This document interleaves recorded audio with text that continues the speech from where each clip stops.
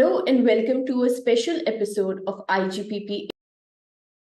I'm Heena Goswami, Editorial Consultant with IGPP, Institute for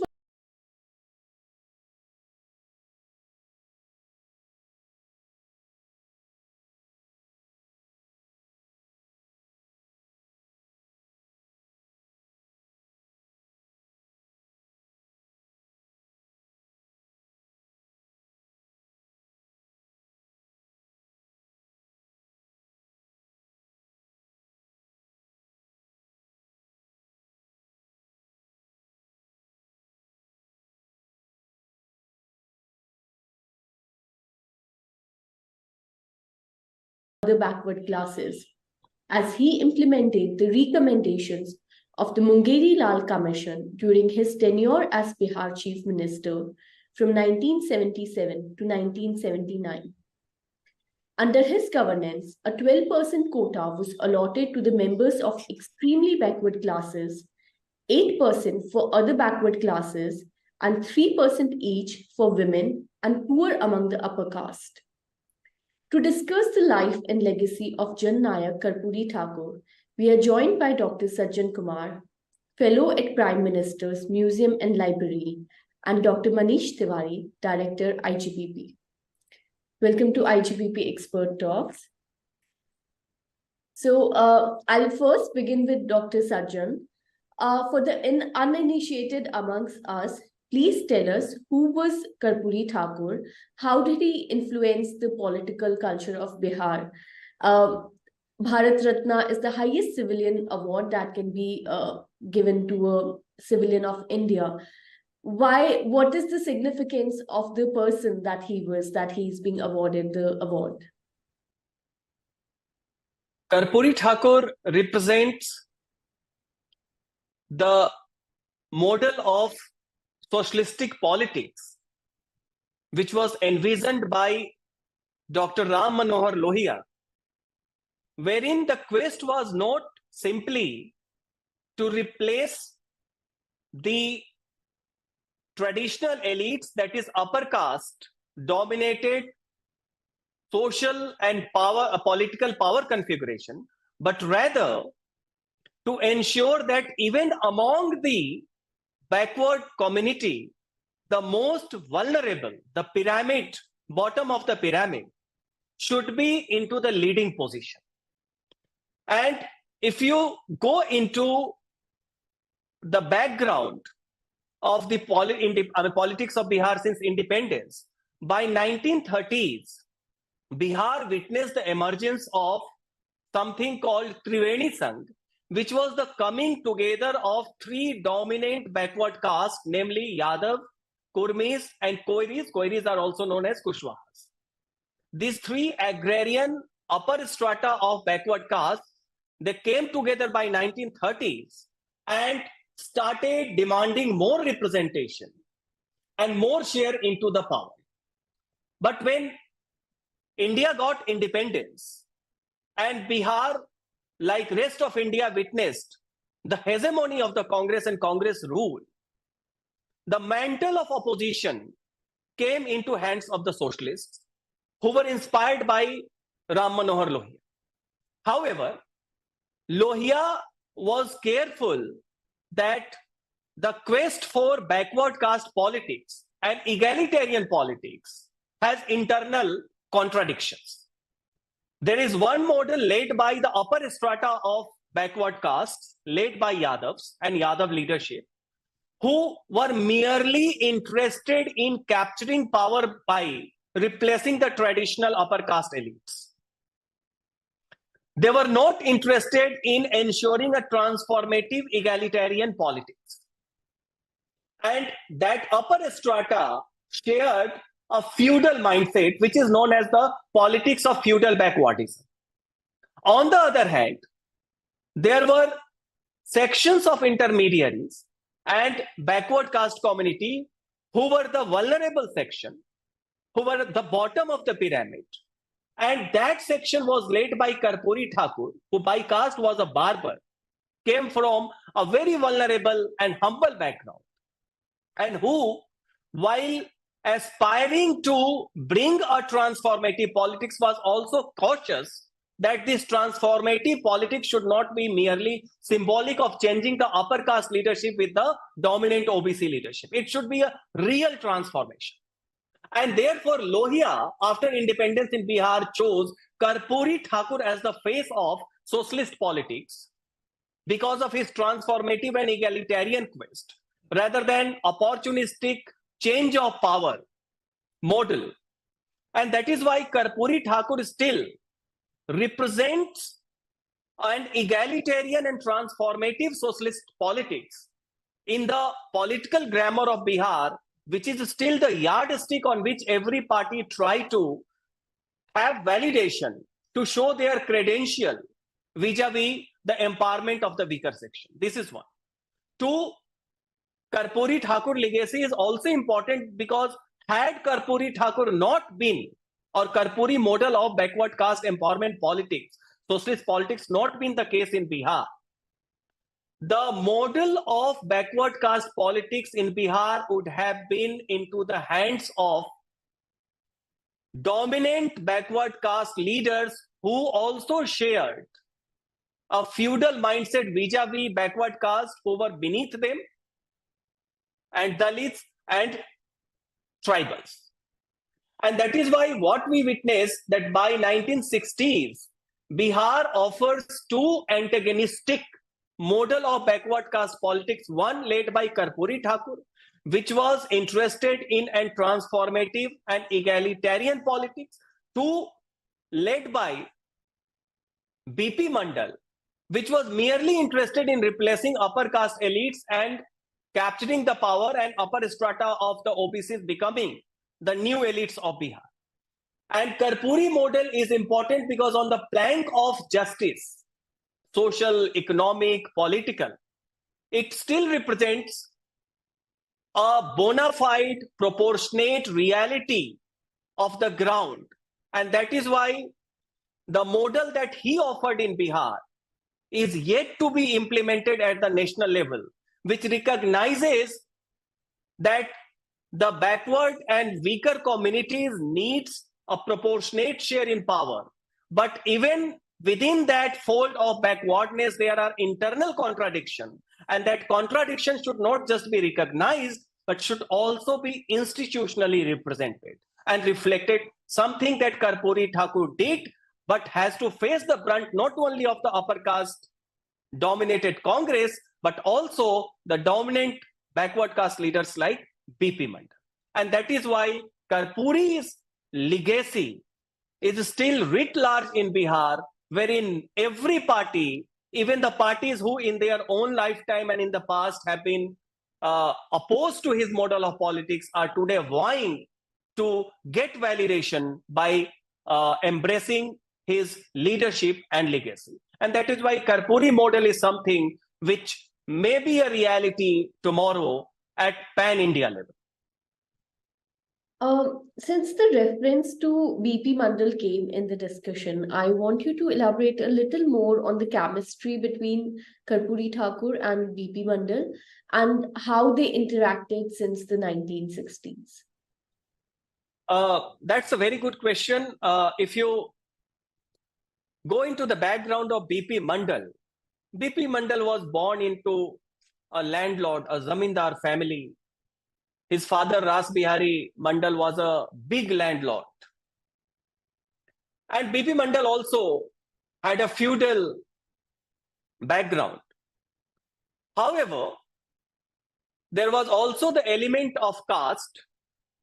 And while sharing the background of a zamindar, he also was conscious that he represents, in terms of his caste identity, a section which is backward caste, and therefore he was a zamindar who wanted to emerge the leader of backward castes. He never had any socialist background like Karpoori Thakur. In fact, he was a member of KB Sahai-led Congress government, which ruled Bihar from 1963 to 1967. But when at the dawn of 1967, Nehru was no more there. He had died in May 1964. Mrs. Gandhi was leading a relatively or significantly weaker Congress. And it was in the air that Congress is losing the plot because of the consolidation and the upsurge of the backward caste politics.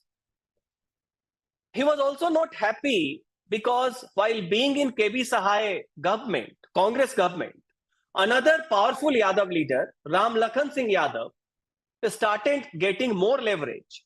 And therefore, in anger, he left Congress and joined SSP, Sanyukta Socialist Party, just before 1967 election. Now, when 1967 election happened, Mandal was thinking that because of his stature, because of his background, remember at that time resource was a big factor. Karpoori Thakur, entire Socialist Party, has a huge resource crunch. And in that, Karpoori Thakur came from an extremely humble background. And here is a leader who is quite educated, but coming from a landlord background, has the resources, hails from a dominant Yadav community, and therefore has the support base of his whole own caste. So certainly B P Mandal was expecting that whenever the mantle of a non-Congress, socialist or any government will come on the votes of backward caste, he should be the face. But when the first non-Congress government was formed in 1967, first joint legislative party government, wherein you see from the right Jansangh was there, from the centrist parties, some of the independents were there, Swatantra party was there, and socialist, various strata of socialist parties were there. So anyone who is not a Congress or a communist were part of the joint legislative party. And that was a experiment in at least 10-12 states in 1967. So B P Mandal is also a part of that government. Interestingly, B P Mandal doesn't get well with Lohia. Lohia and B P Mandal never liked each other. In fact, at many occasions, because Lohia was from UP, used to come to Bihar, and B P Mandal will ensure that he is humiliated. There are personal chemistry between the two is not, good. It's very bad. And vis-a-vis Karpoori Thakur, certainly B P Mandal never recognized that someone who is born as a humble, a poor, belongs to a weaker community like Barber, who is numerically weak, economically weak, socially weaker, at a weaker position. And that is why the sense of subtle contempt and a sense of entitlement in his own agency was always there. But in that bargain, Lohia ensured that the Socialist Party, which got the post of Deputy Chief Minister, goes to Karpoori Thakur. He became the Deputy Chief Minister, has important portfolio like education, etc.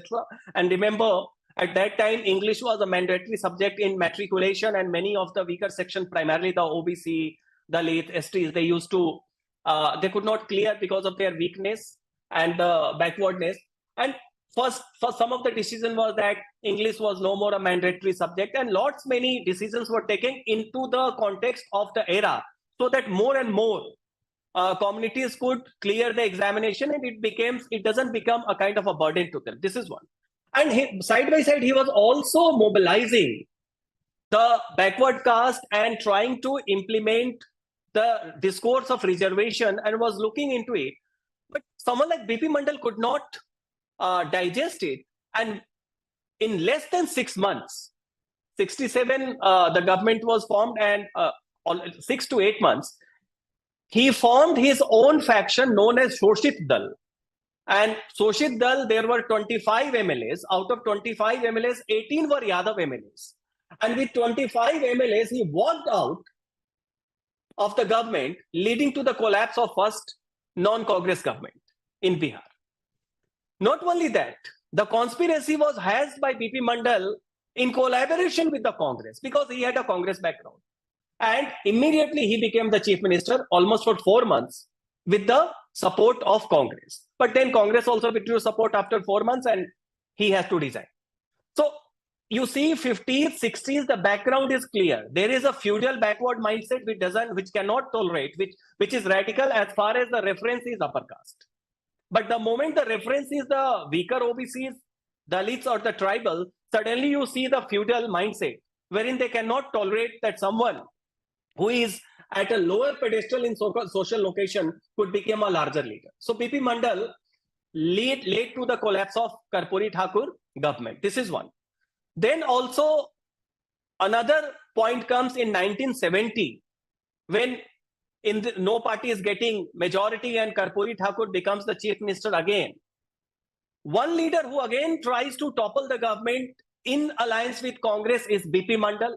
Initially, he doesn't succeed. After some time, he succeeds because no party has the majority. So all you need to get 10, 20, 15 MLAs outside and it will lead to collapse.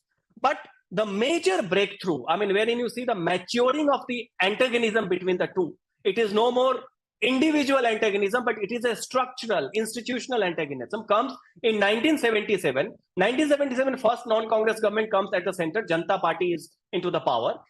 In Bihar, Karpoori Thakur becomes the chief minister of Janata Party because he has the background of being the chief minister in 1970, deputy CM in 1967.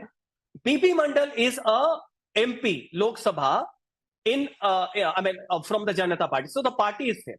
Now, when Karpoori Thakur is the chief minister, what he does, he takes something which was already in the background, that in 1970 in Bihar, Congress also had a stint in power for some time. And Daroga Rai, who also incidentally was a Yadav, Congress has made him the chief minister, led Congress ministry in 1970, appointed a state backward class commission headed by Mungeri Lal. Now, Mungeri Lal was a Dalit.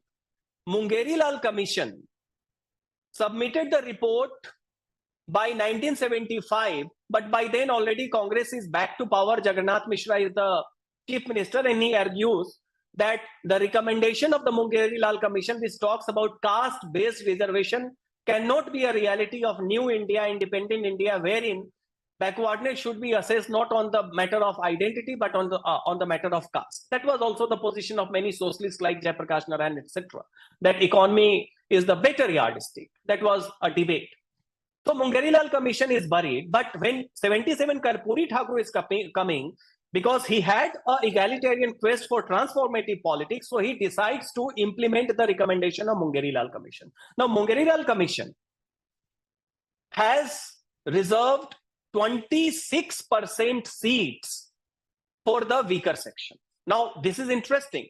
And this gives you the kind of alternate model that Karpoori Thakur implemented and embraced, and which is known as Karpoori model later. That out of 26%, 3% each was reserved for women and the economically weaker upper caste. So today you see EWS, the inspiration comes from Karpoori model, Mungeri Lal Commission model, that there are also weaker sections among the upper caste, so 3% for them and 3% for women. So that leaves 20%. Now in 20%, and this is significant, 12%, that is 60% of the total backward caste reservation, 12% is reserved for weaker OBCs, which is known as BC1. And 8%, that is 40% of the total backward caste reservation, is reserved separately for the dominant OBCs, primarily Yadavs, Kurmis, Kushwahas, also in Baniyas. Mungeri Lal Commission also declared Baniyas in Bihar as OBC. So this is important because the OBC reservation and the quota is being divided into two strata. One, the weaker OBCs. Two, the dominant OBCs. The weaker OBCs, and now the Bihar census has also revealed that they have a larger share than the dominant OBCs, are getting 60% of the reservation. And mind it, that time we do not have a census or data, but it is just being done because of some kind of a knowledge that EBCs, weaker, extremely backward castes, represents the larger share. They are getting 60%. And the backward caste, the upper strata, dominant OBCs are getting 40%. Now, Karpoori Thakur is now exposed, to multiple fronts. He is being attacked, one, by the upper caste dominated Congress support base for spreading casteism, caste-based reservation. And in 1970s, it was the decade of, wherein some idealism, some class language was there. Left still has its own dominance. And in that, if you are implementing a caste-based reservation, certainly you are vulnerable to be attacked as a casteist leader who is spreading caste-based politics.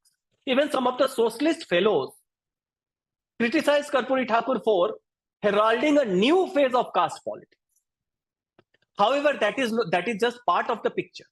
Another part, and that is more significant, that Karpoori Thakur is more viciously and intensely is being attacked by the dominant OBCs. And as per the report, none other than Lalu Prasad Yadav and others called Karpoori Thakur a Kapti Thakur. Kapti means who is cunning, who is thankless to the dominant OBCs, who are the bulwark of fight against the upper castes. And he cunningly steal a larger share away from the reach or deprive the dominant OBCs from the rightful share by designating 60% of the total OBC reservation for the extremely backward caste and leaving just 40%. And remember, this position gets further validated, and you can gauge the chemistry between Karpoori Thakur and B P Mandal, because B P Mandal is the MP from Janata Party. So B P Mandal and Karpoori Thakur are now representing the same party. Now in Delhi, he talks to the press and says that the implementation of Mungeri Lal Commission is a diversionary politics. It is an attempt by the Chief Minister to divert attention from the failure of his own government. Why? The B P Mandal is so angry that he is criticizing his own government in Bihar. The leader, Chief Minister from his own party, saying that this entire transformative politics is nothing but a cover-up. Why? Because the dominant OBCs did not want a stratified division of reservation model. They wanted a homogenized reservation model. Why? Because then they have a larger share, because they are in a better resource position, so they can get the lion's share of reservation, which is one of the dissonance with the current Mandal Commission model. This is one. And that is why starting from 1950s, 60s and up to 1980, Mungeri Janata Party at the national level is forming another national backward class commission. The first backward class commission was during Nehru's reign, 1955. Kaka Kalelkar was the head, so Kaka Kalelkar commission. The recommendation were rejected by Nehru. Even Kalelkar himself appealed not to implement it, because that also implemented that OBC's class is caste. Now the second backward class commission at the national level, Janata Party appoints, and B P Mandal gets himself the position of the chair. So he becomes the chairman of second backward class commission. By then Karpoori model is already there. Mungeri Lal Commission is implemented. Now as a chairman, B P Mandal ensures that contra Karpoori model and Mungeri Lal Commission model, and he is aware about the internal division, that OBCs are have internal contradictions. There are peasant OBCs, there are artisan OBCs, there are dominant OBCs, there are weaker OBCs. So your model has to reflect that reality. You have to bring to the strata. B P Mandal, despite dissenting notes by the fellow members of the commission, doesn't give any strata or division to the weaker OBCs and submits a report wherein there is a unified, non-stratified OBC reservation. But by the time he submits, Indira Gandhi is back to power, and therefore it waits for another 9 years when VP Singh comes to power to be implemented. But you can see the kind of a clash, epic rivalry between the two model of feudal backwardism versus the egalitarian backwardism. The two leaders, B P Mandal and Karpoori Thakur, represents.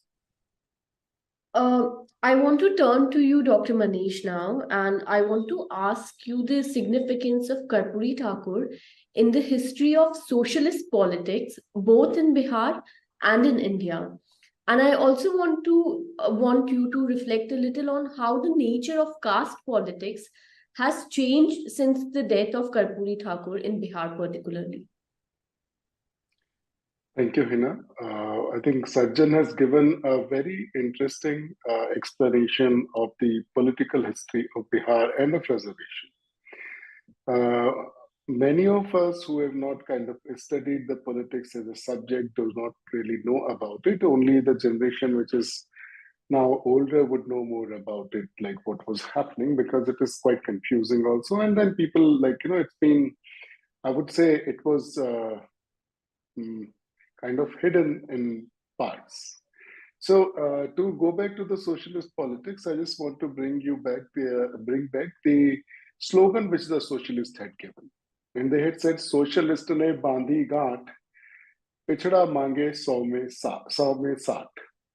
So they wanted 60% out of the 100. And their argument was that the OBCs, which is the most numerous caste group in the country, should be given a representation of about 60%. That is what was the demand. And, the politics of OBC and this whole caste census is still revolving around it. So we will come back to that later. But the dominant OBCs among the OBCs, the Yadavs, Kurmis, which are like also Kushwaha, Koiris, Baniyas in Bihar particularly, it was versus the lower OBC caste, like which are, say in case of Karpoori Thakur, it was Nai, and other OBC castes which are few in numbers, but like altogether they make a larger number. Now, this politics of caste amongst the OBCs had been dominant in Bihar. So what Karpoori Thakur wanted to do, or what he, or even the socialist politics. So socialists wanted a good representation for everyone, and that is what Lohia and JP had kind of envisioned, that and that is why they were so much in favor of the affirmative politics. But this was kind of skewed by the dominant caste among the OBCs in their own favor. And that is where the difference between what Sajjan is saying, the feudal backwardism, and the actual backward caste. Now, you also have to understand one thing: the significance of Karpoori Thakur in the politics in India and in Bihar is in terms of in everywhere you go, any caste which is dominant in its numbers, and in its by that virtue they get power, political power, and all kind of other power, including economic power, jobs in reservation in jobs, and then a better representation, and they become socially quite dominant. And every other caste goes against them. So same thing is happening in Bihar. Now, Nitish Kumar had kind of brought that in. Nitish Kumar had in his own politics after 2015, he has brought in even Mahadalits into the Dalits and all kind of sections. But before that, he started divergence from Lalu Yadav. In 2015, because of his own compulsion, again came together. But Nitish Kumar's emergence is against the Yadavs, the dominance of the Yadavs and the dominant OBCs in the state. Because even for the upper caste and the other castes which are like forward caste, they can do happily with the lower OBCs, but not with the higher OBCs. That is one of the kind of a fault line if you see in the politics of Bihar. Now, if you talk about the significance of Karpoori Thakur today, the kind of politics which BJP is pursuing is as politics of the EBCs, extremely backward caste. Modi in the 2015 election himself declared, from the public dais, he said, I am the EBC, I am the extremely backward caste. And that is, although it did not give him as much of the political dividend or electoral dividend, but he claimed it. And that was kind of a beginning of a new politics in the country. So if you talk about what was the significance, or what is the significance of Karpoori Thakur today? So on the one side, the opposition in Bihar is RJD. And on the other side, it is Nitish Kumar. Now, Nitish Kumar's party and RJD are together, which means all the OBCs are together. So it is also about to break away, because Nitish Kumar itself is sitting on a kind of a slippery wicket inside his own party, being old and all kind of things are happening. So keeping that aside, BJP wants to ally with the EBCs and the BJP's own core vote of the forward parties. And that is why the significance of Karpoori Thakur comes in. BJP also had formed the Rohini Commission about 2 years ago at the national level to kind of implement the Karpoori model.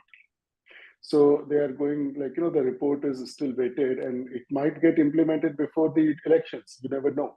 And if it gets implemented, it will have an implication across the country, not just in one state or two states, in UP, in Bihar, in southern states, everywhere. Now, that is where the significance of this Bharat Ratna for Karpoori Thakur comes in. I want to turn to you, Dr. Sajjan, now. And in the aftermath of independence, Karpoori Thakur represented a non-Congress force of social justice. What was his overall role in implementing Lohiya's strategy of non-Congressism, and how successful was he? Yeah, if you see, until 1962, Lohia was a Puritan socialist who never appreciated any compromise by the fellow socialists with any other parties. So he will criticize Jayaprakash Narayan, Ashok Mehta, and so many other, Kriplani and many other socialist leaders for not being, very Puritan, who are willing to compromise, willing to dilute.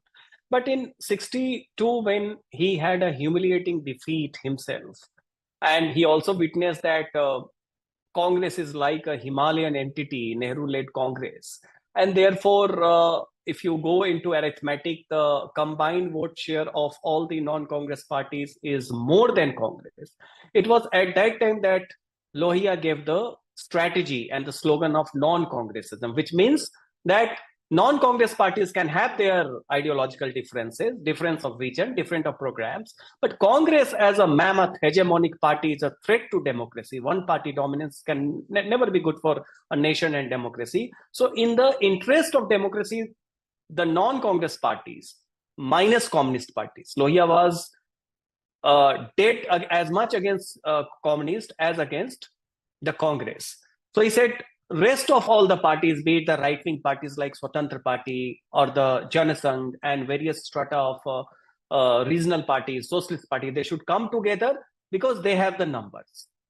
And that became the first strategy when in 1963 by-election, Lohia himself won the election because his candidature from Farrukhabad, that was a by-election, Lok Sabha, was supported by Janasangh and other socialist parties, and first time he won the election and came to the parliament.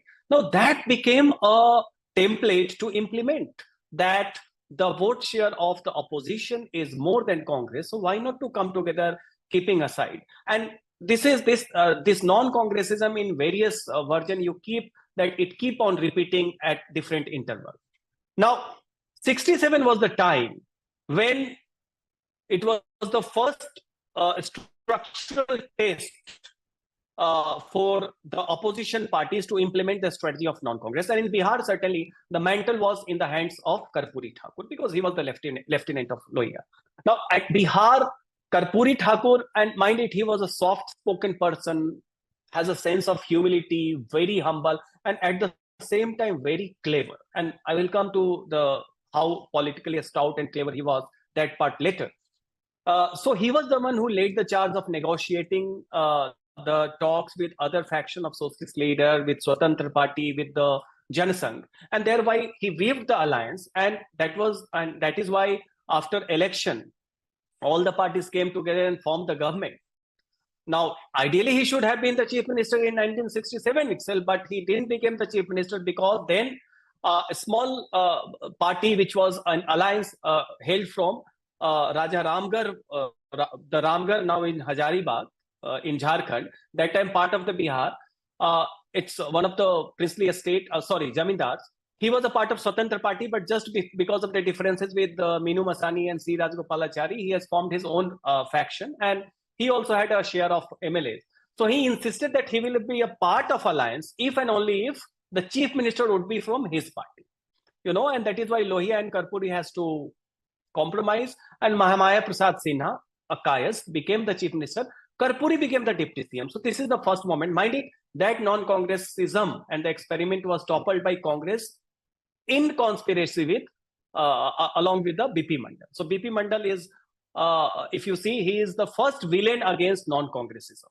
The first successfully constructed government is being toppled by none other than B P Mandal, and this aspect is not something which is debated in academia and media. This is one. Second, if you see, is the time of 1970. Now, 1970 is the time when, again, no party is getting clear majority. So from 67 to 71, the two Lok Sabha, 4th and 5th Lok Sabha, is a tumultuous phase. Congress is divided, indicate, syndicate, socialists are divided. And it is also a time wherein social turbulence are there. You have Naxalite discourse emerging in Bihar, Bengal, and some other parts. You have backward caste movement, all sort of things. Upper caste are getting divided in various caste groups, etc. Now, at that moment of chaos, there is a politics of number, wherein the non-Congress parties can form government. Socialist parties can form government if Janasangh, a right-wing party, supports them. Now, another tall leader in the socialist camp, another disciple of Lohia, was also Ramanand Tiwari, who came from a kind of labor union background, a home guard union background, and he also happened to be the father of Shivanand Tiwari, who is a big leader in Bihar, who had a stint in RJD, JDU, various socialist parties and different factions. Now, Ramanand Tiwari's stature is as tall as Karpoori Thakur because he is dedicated, very active, has a grip over the unions. But Ramanand Tiwari is a Puritan. And Karpoori Thakur has a first round of talk with Ramanand Tiwari, and Ramanand Tiwari is clear that Socialist Party, and he, as long as he is the leader, he will never form a government wherein Janasangh, a right-wing party, who he called a communal party, will be a part. And Karpoori Thakur endorses him and encourages him to take the position into the public, in a public manner.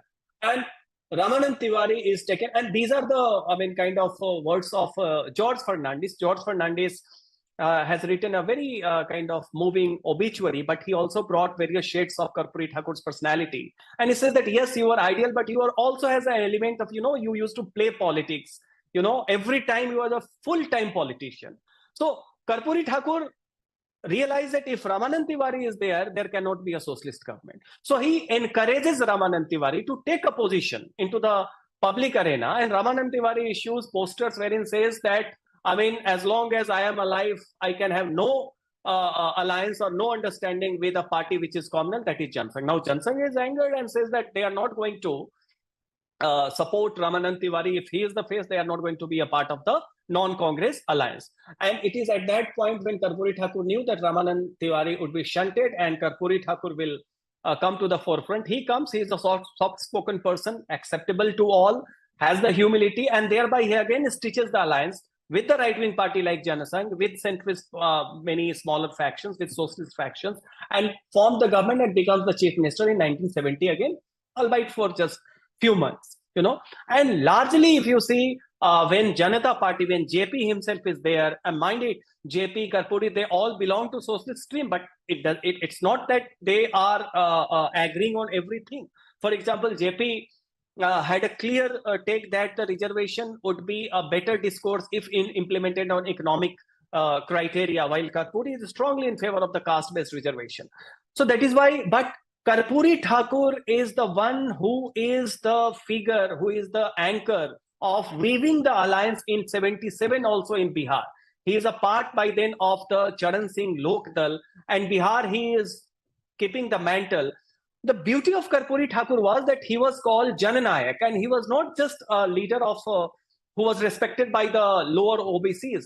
Immense respect was also from the upper caste, particularly the poorer section. Mind it, it was the era wherein socialist politics was also dominated and joined by a thick section of the upper caste.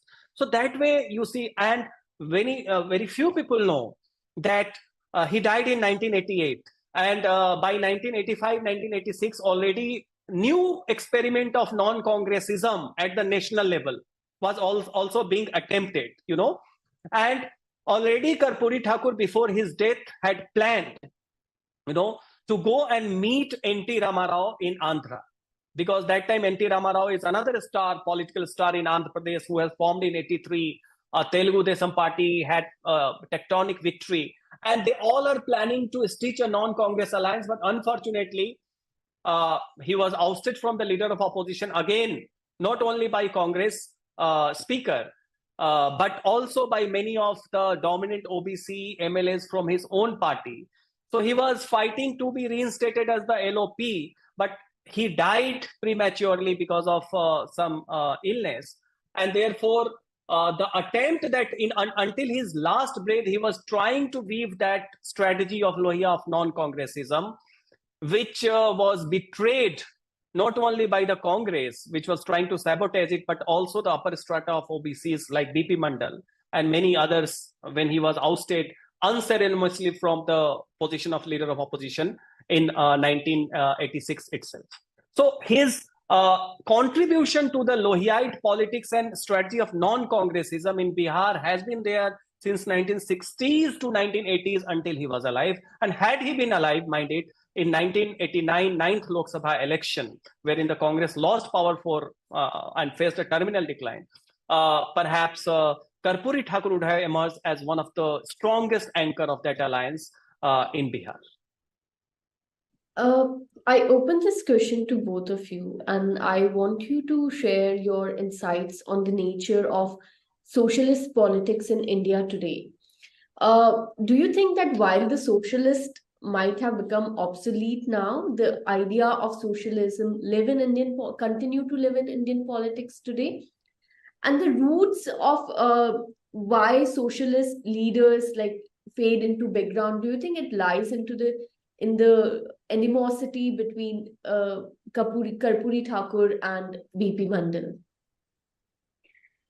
Can I come in first? Sure, sir. So I would leave the finer details to Sajjan, but one thing which I would like to bring in, like if we see the socialist politics is almost obsolete, as you've said, and it's kind of the only party which is has socialist in its name is the party which is ruling in Bihar, nowhere else. Although the idea of socialism has got deeper into Indian politics, if you see the ideals which they have worked around the affirmative action, which is getting enlarged in different sections, and also about if you see things like the welfareism and the kind of things which socialists had, because we were talking about mixed economy between capitalist and the left, and we chose for something which we call kind of India's own socialism.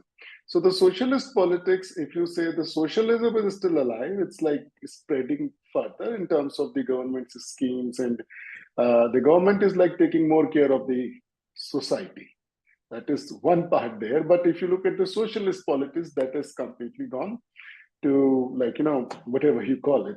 And the reason has been, I see it particularly as the dominance of the dominant OBCs in the OBCs, which has now also reduced the party, the politics to the caste, not just caste politics, but also into the dynastic politics.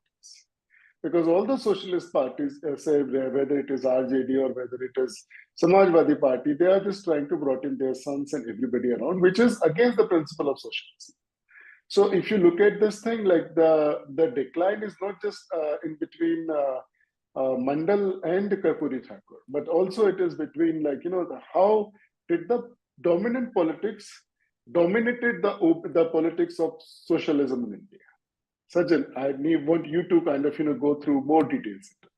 Yeah, as you rightly said, and building on that, Socialist Party, in terms of their platform, formal party structure, they have faced a terminal decline.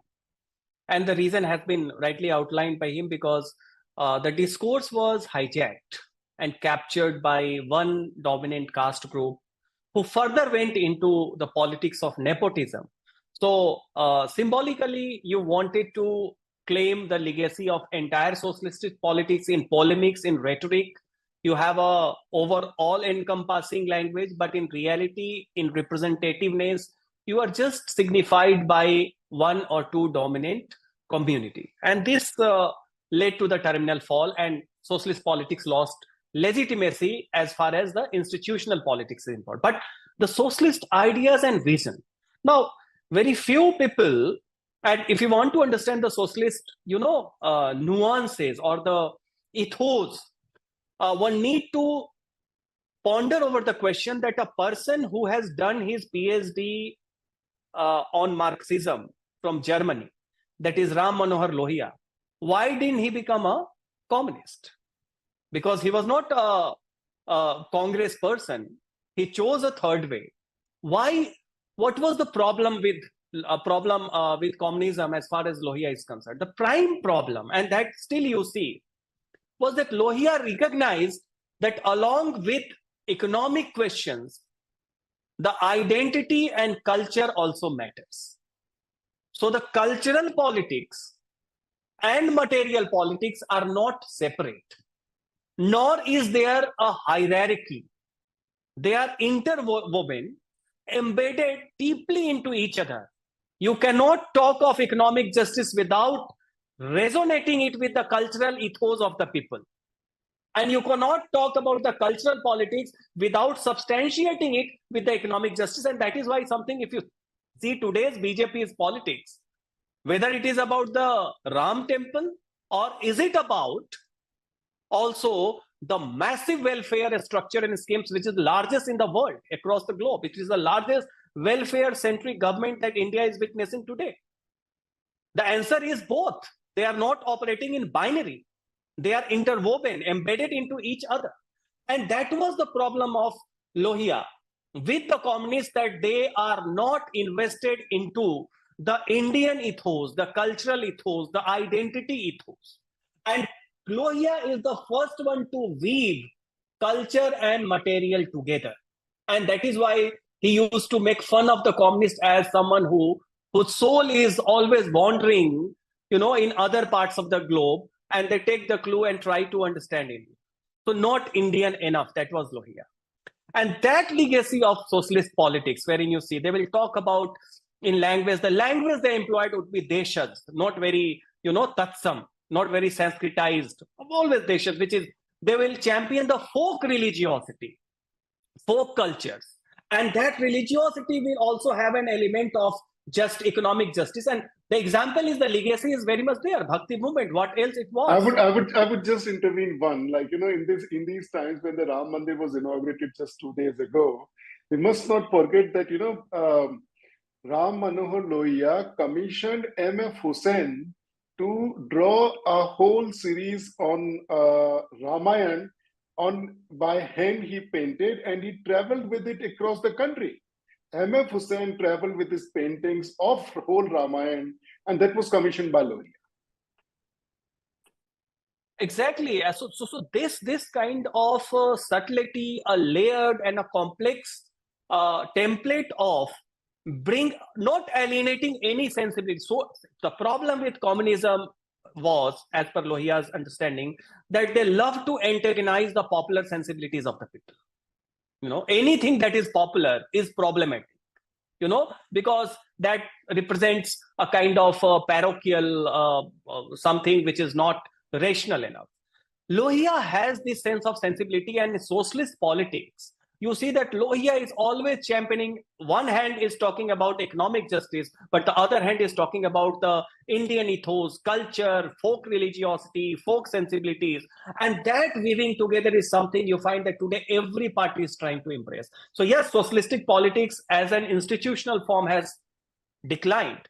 But the socialistic template, the vision of bringing together material and cultural, something that Gandhi also did. And that is why you find Lohia is angry with Nehru, Lohia is angry with all the Congress, but Lohia always refers Gandhi as Gandhi ji. The sense of reverence is there. So that legacy of socialist politics is still there. And you see, on 22nd, BJP is doing a cultural civilizational, discourse. And on 23rd, they are giving Karpoori Thakur, Bharat Ratna, which is an endorsement of the material politics with all its nuances.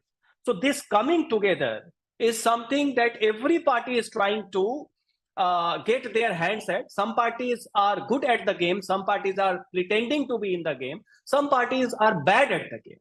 But socialist template as enunciated and weaved by Lohia is still relevant, and it is going to be relevant in the days to come. And therein, the material aspect represented by Karpoori model is something whose resonance has started taking a churn. And as Manish sir said, that Rohini Commission report is yet to be implemented. Mind it, giving Bharat Ratna to Karpoori Thakur may be an introduction to Rohini, introduction to the implementation of Rohini Commission, which is nothing but implementation of Karpoori model of backward caste reservation at pan-Indian level.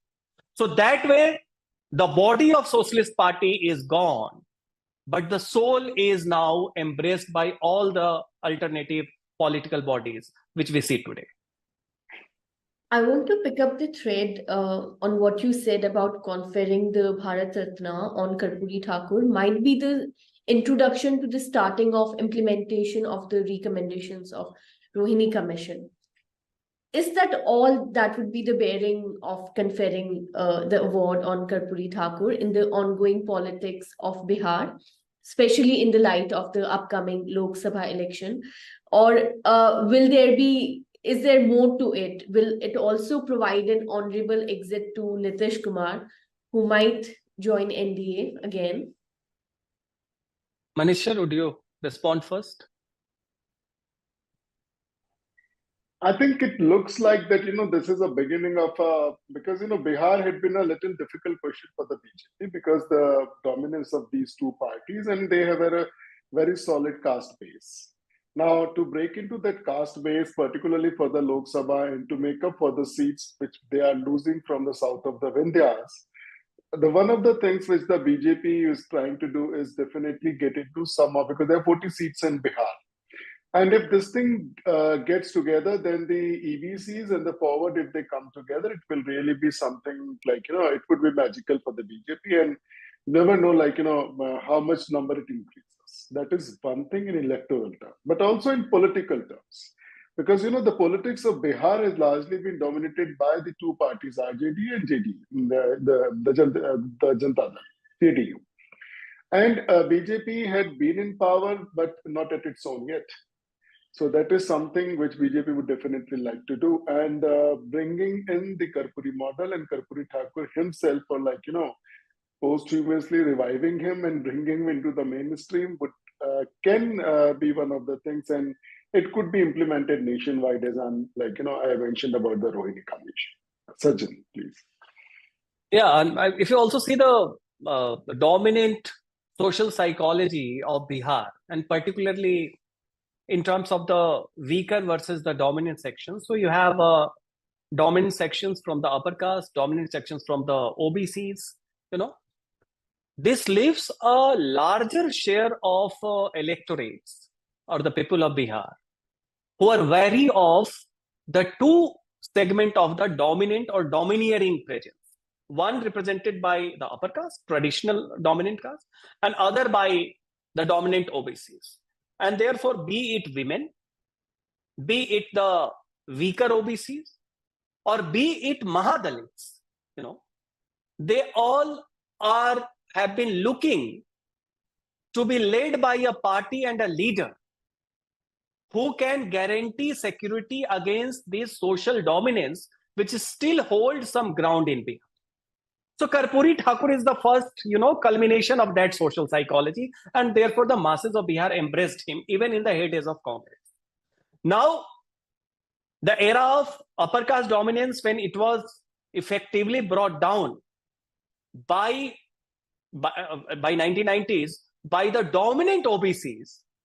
Now the picture, initially they may have the illusion, but very soon the larger share of the subaltern masses, lower OBCs, Dalits, tribals, and also the women, they realize that this dominant OBC-led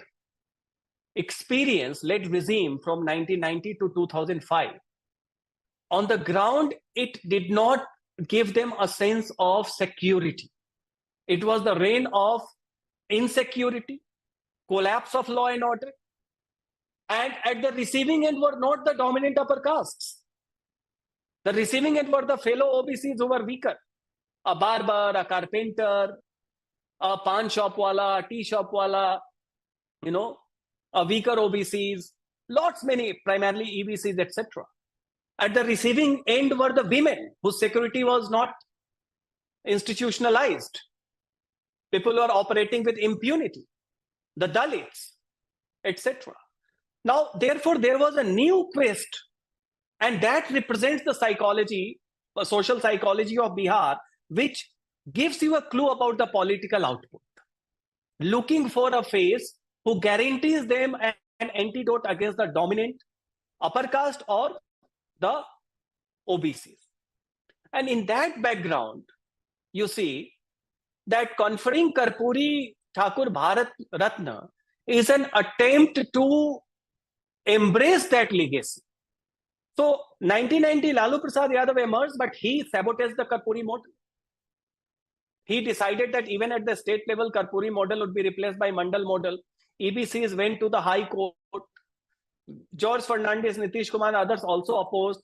Then leader of opposition, Sushil Kumar Modi, also sided with the petitioners, that is EBC. So BJP and internal contradiction. Therefore, the dominant OBC BP Mandal model represented by Lalu Yadav, he has to buckle down, and he brought back the Karpoori model at the state level. But the mindset is there. Very few people know that with the emergence of Lalu Prasad Yadav, the share of EBCs in Bihar has gone down. OBC representation has spiked, but that because of the disproportionate share of the Yadavs. If you go for a caste stratification, the EBCs share has been continuously declining within the Janata Dal led by Lalu Prasad Yadav and RJD.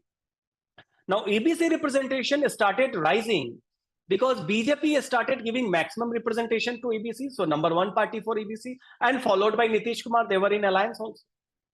Now, at this juncture, when conferring Karpoori Thakur Bharat Ratna means reviving the legacy and trying to embrace that legacy and become a votary of that legacy and win over the psychology of Bihar to ensure protection against the dominant or domineering section.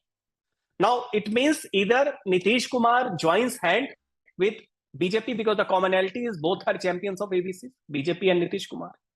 So come together and join hand. Or if you decide to stay with the RJD, that is the BP Mandal legacy holder of the BP Mandal model of politics, then BJP is trying to have an out of the box first movers advantage, by becoming a larger champion, because in representation numerics, BJP is ahead of JDU also because of the sheer size it has. And that is why Karpoori model is a guarantee that anyone, whether you invoke him or doesn't invoke him, he represents the messiah of the poor, the weaker, Garibo ke Masiha, that was there, who will guarantee the protection of the weaker section and women, not only from the traditional dominant elite, but also from the OBC section of OBC who share a feudal backwardism kind of mindset. And that is why that legacy is going to continue. And in Bihar, as was pointed out, we cannot say what will happen. No one knows. But there are credible rumors for the last 2 weeks that the alliance between RJD and JDU is in bad shape. Most of the leaders of RJD are camping in Patna. Many of the MLAs like Gopal Mandal of JDU, in the last 1 month, even BJP is not as much critical and ridiculing the India alliance as Gopal Mandal and some of the JDU leaders are doing. Ye Kharge Farge ko kaun janta hai, Nitish Kumar. And it's not important that one of the MLAs giving a statement which is going against or ridiculing the India alliance. The point is that Nitish Kumar has not tried to restrain him. So there are indications that the house is not in order. Whether it will sustain or it will collapse is yet to be seen. But one thing is there. By conferring Bharat Ratna to Karpoori Thakur, BJP at least has made a first mover advantage. And it's a big move. And it is up to the rest of the parties, Nitish Kumar, one, and RJD and Congress on the other side, to go for a counter move. And at this juncture, it seems that BJP has set a strong parameter for them to emulate and respond to. Nitish Kumar, will he remain with RJD and India Alliance? or will he, I mean, has BJP given Nitish Kumar an honorable exit, by conferring Karpoori Thakur and giving him a pretext to switch over? Is yet to be seen. But certainly, this is a moment when Karpoori model and Karpoori legacy has arrived in Bihar. And maybe with the implementation of Rohini Commission, we see Karpoori model a pan-Indian reality also. Thank you so much, Dr. Manish, Dr. Sajjan, for joining us today. One does hope that the ideas of social justice and egalitarianism, as represented by the legacy of Karpoori Thakur, continue to live in Indian politics. Thank you for joining us today, sir. Thank you. Thank you so much.